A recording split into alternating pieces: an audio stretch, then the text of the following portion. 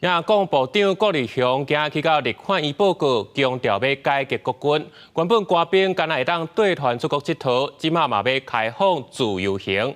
针对美国总统拜登表示，无排除会动武来保护咱台湾，郭立雄是表示，咱国军即马上重要是爱加强自我防卫。本任部长就任挑战真多。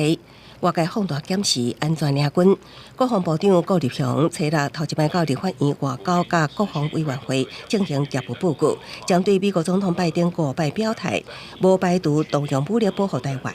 郭立雄表示，彰显台湾的重要性。我们自我防卫能力的提升，然后加入这个整个美国印太战略，它所谓的形成一个有效嚇阻里面的一环，这个是我们的重点。就任不到1个月，郭立雄展现行动力，真紧为国军改革，包括正副主管留伫规定恢复常态，取消官兵出国带团规定，开放自由行，官兵休假改做有代志才汇报。另外，试枪术无符合即马的战场需求。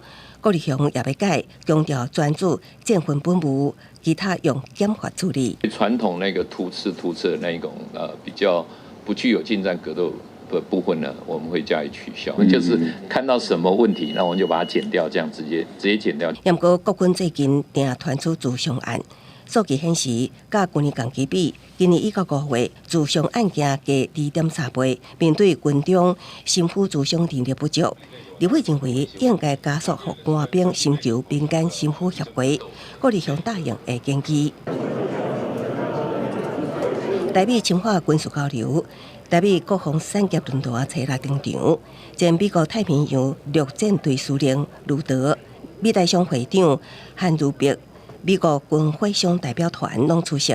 国内是有汉翔、中科院、台准分享国际国南国造的产业亮点。我们很多年以来，我们跟美国很多公司都有合约，所以说我们早就已经是他们的一环了。有很好的生产的能力跟能量，然后也有很好的交期跟品质，所以让他们能够更加的信赖我们。国内真侪国防军工企业拢有到场。前副总理表示，台厂透过宣传自身亮点，积极争取甲美国合作机会，达成双赢。记者综合报道。